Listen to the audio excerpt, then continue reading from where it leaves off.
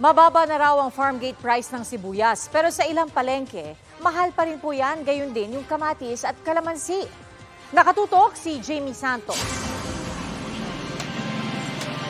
Abot kaya na dapat muli ang sibuyas ayon sa SINAG o Samahang Industriya ng Agrikultura.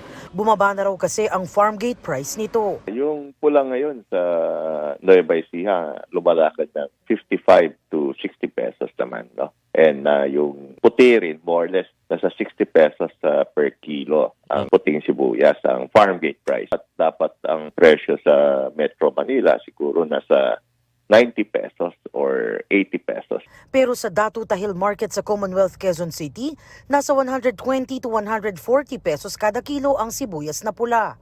Habang ang sibuyas na puti, nasa 100 pesos ang kada kilo. Walang halos paggalaw sa presyo ng ibang gulay, maliban sa kamatis na 40 pesos kada kilo ngayon mula 28 pesos noon at kalamansi na 100 pesos kada kilo mula sa 80 pesos.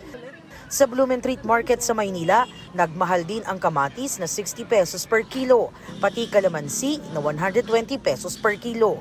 Ang sibuyas naman, 120 pesos per kilo sa pula at 140 pesos per kilo sa puti. Yung sibuyas po, malaki po yung binaba kumpara po ng mga nakaraan. Pero mas tinatangkilik pa rin daw roon ang tumpok-tumpok na bentahan dahil mas mura.